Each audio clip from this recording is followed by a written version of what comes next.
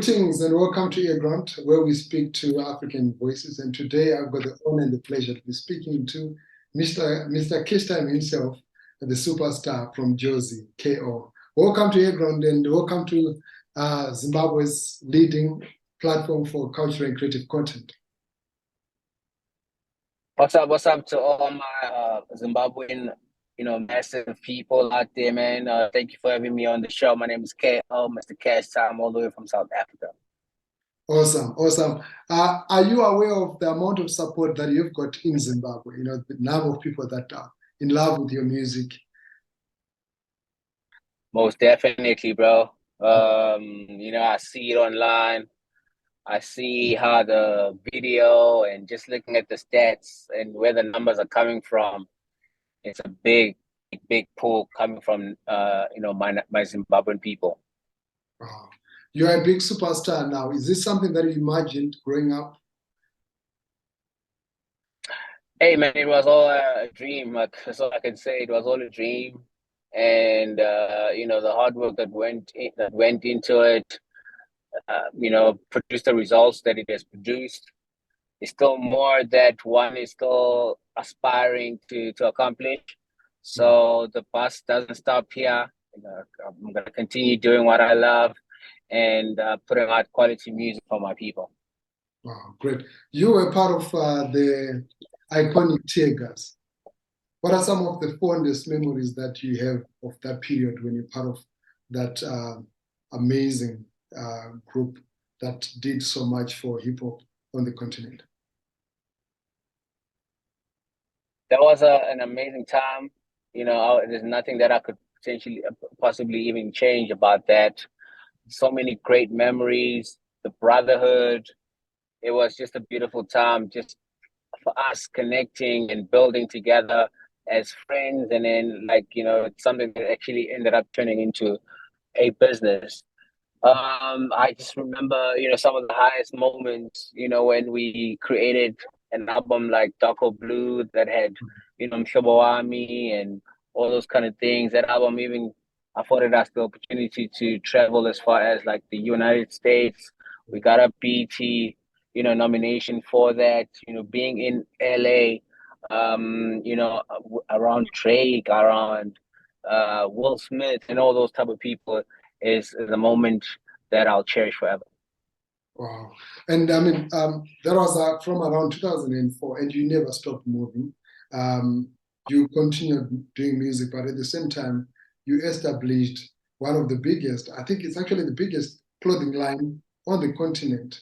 At one point, literally, you'd see almost every youngster in Zimbabwe wearing Keshtime. How did you? Yeah, that was. Yeah.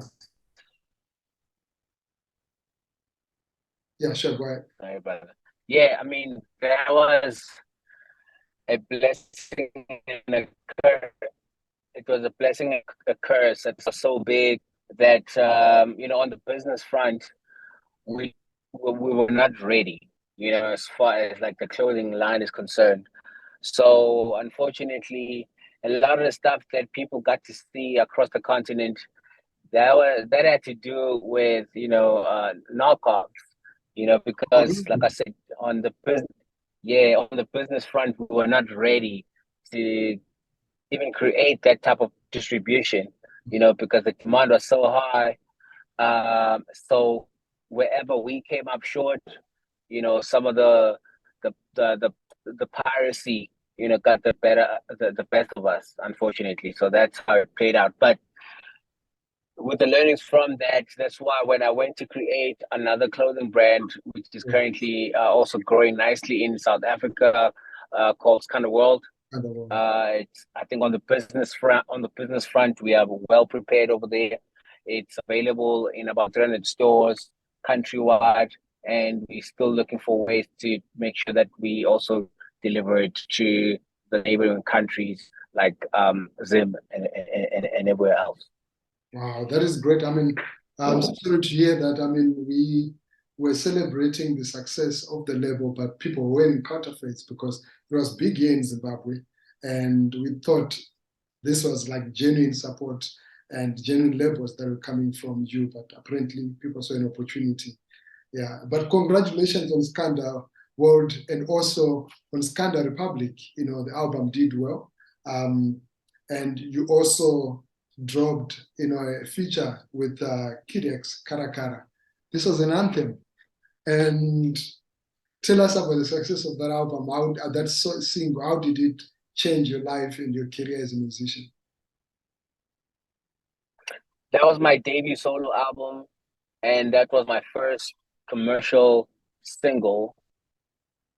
It was an amazing time because it just put the battery on my back for me to actually even believe the fact that, wow, okay, cool. So I did so great with the group as Teargas, but God still sees a light in what I have to offer as an individual.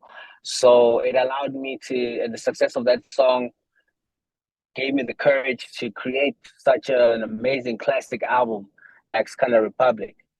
And that support that one received just across the continent and the numbers, the way, just I think everything that came with that song and that entire story of that album was just surreal to me. So it's one of the reasons why I'm still here, because it showed me that there's a lot that God has in store for me. Wow.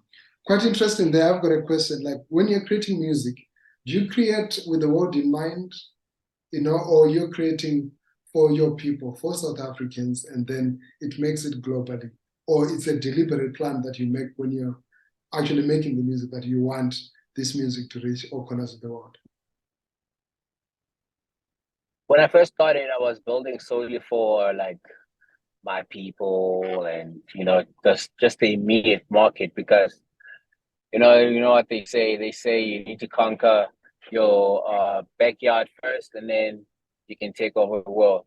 So I wanted to conquer, the local space, but Karakara, God had different plans with that particular song, because it ended up becoming something that was bigger than South Africa. It ended up being a story that traveled across the continent.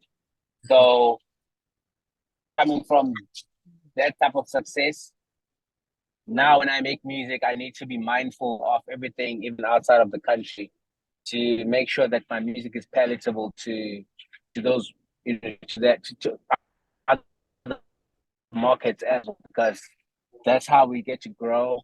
And also just like looking at what some of my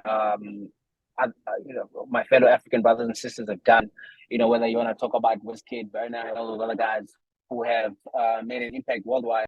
It went from them making Nigerian music to making world music. So I think I'm in a space where I'm also trying to make world music now. Wow, that is great. And may you so rest in peace, aka. You collaborated on a couple of tracks. You did Ran Josie and like Kara Kara and other songs that you dropped before. It was also an anthem across the continent. How do you remember AKA? Man, that one is a tough one, bro, because that was literally my brother, you know what I mean? And I was with him in the studio recording a project that we were planning to release this year. Now we had decided that we were going to do a joint project for the first time, and we had just recorded the first song on a Tuesday, and then on the Friday the accident happens. So it was really heartbreaking. I feel like they robbed the African entertainment space of an amazing talent, dope individual, even just like outside of the music space. Yes, but I mean, his music lives on. I mean, he dropped an amazing project. People, please make sure you support that.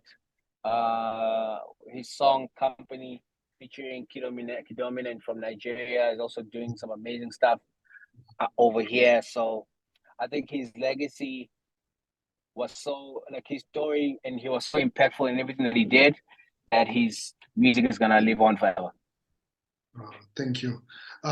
We're living at a time when African music and the creative scene on the continent is breaking and making an impact across the globe. And you're amongst those artists that have taken African music, changing African narrative on the global stage. How do you feel about this, and what would be your word to your brothers and sisters in other countries who are also trying to get into the same space that you guys have occupied? If now, if you're an artist wherever, on the continent, you need to be mindful of exactly just that. The world is now watching everything that Africa has to offer, because for decades we've been dominated by, the West.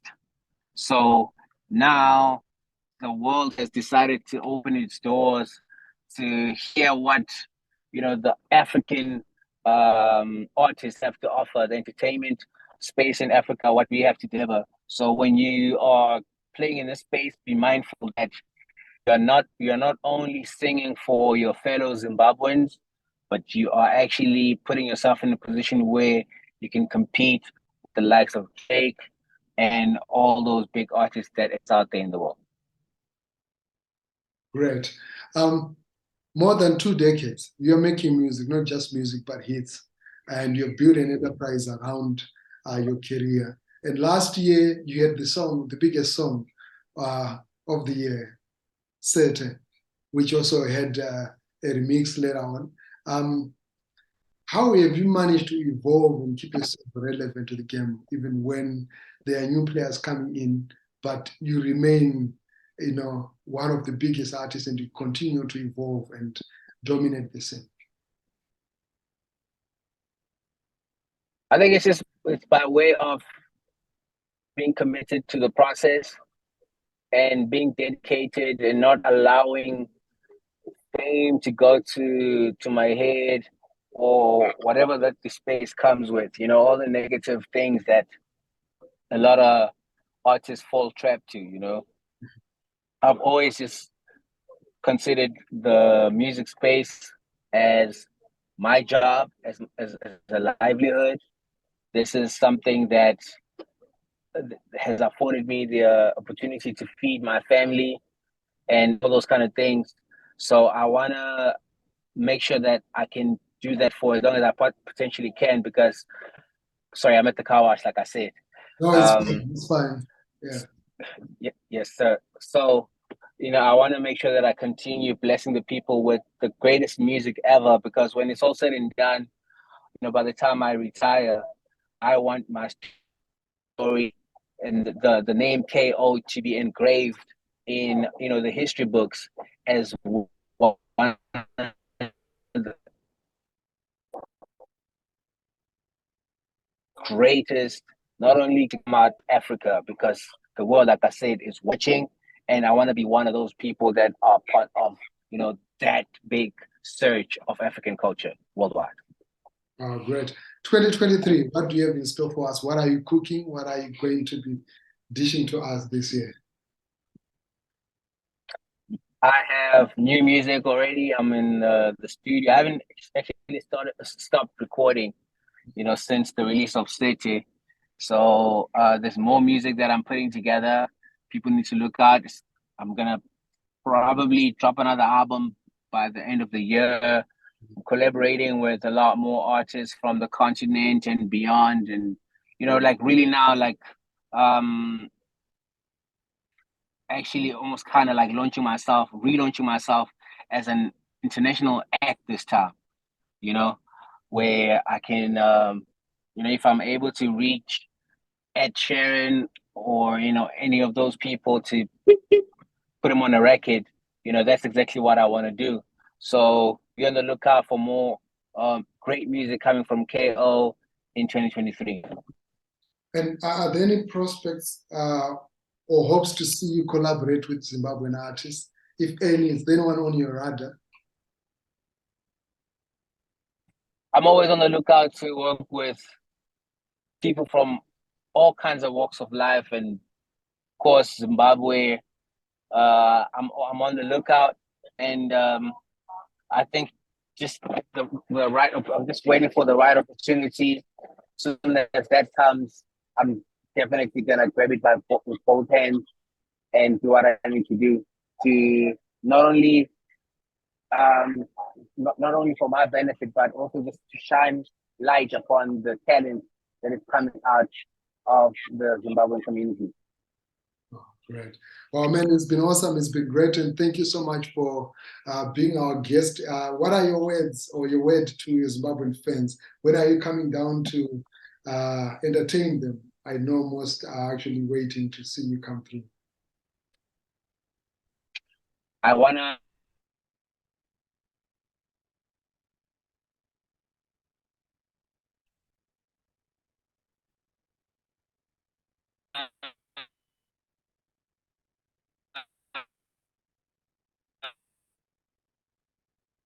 make sure. Are you still there, brother?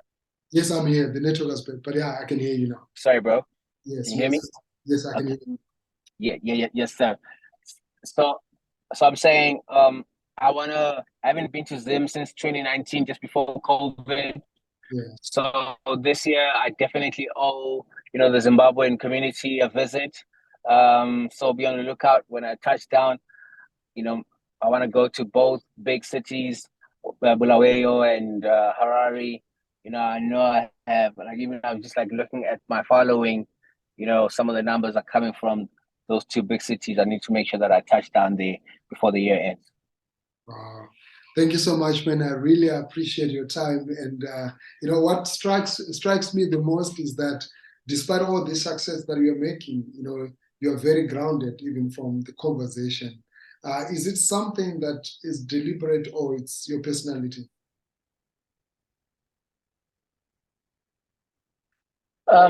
I've always just considered myself an ordinary person. I don't consider myself. Yes, I know this is my profession, but outside of the whole of the cameras and the music, I'm just another ordinary human being. So I want people to meet me on that level. I don't want people to feel intimidated because I am human just like them, and I also do. I want to maintain that type of outlook because I want to make this to be inspiring and attainable to fellow young people, your role models and everything like that. It needs to feel like it's something that you can also reach. So I don't want to create that space or a blockage between myself and the audience. Well, thank you so much. It's been awesome. It's been great. I've been speaking there to the superstar KO from South Africa, Mzansi. He continues to give us some great music. Last year, he gave us one of the biggest songs on the continent, Sete, and he continues to deliver even from the entrepreneurial side. He's got his new label now, Skhanda World, and we know him also for Cash Time. So it's such an honor to have him on the program on earGROUND. Thank you so much. Many blessings to you and the people. I will see you guys before 2023 ends. God bless. Bless.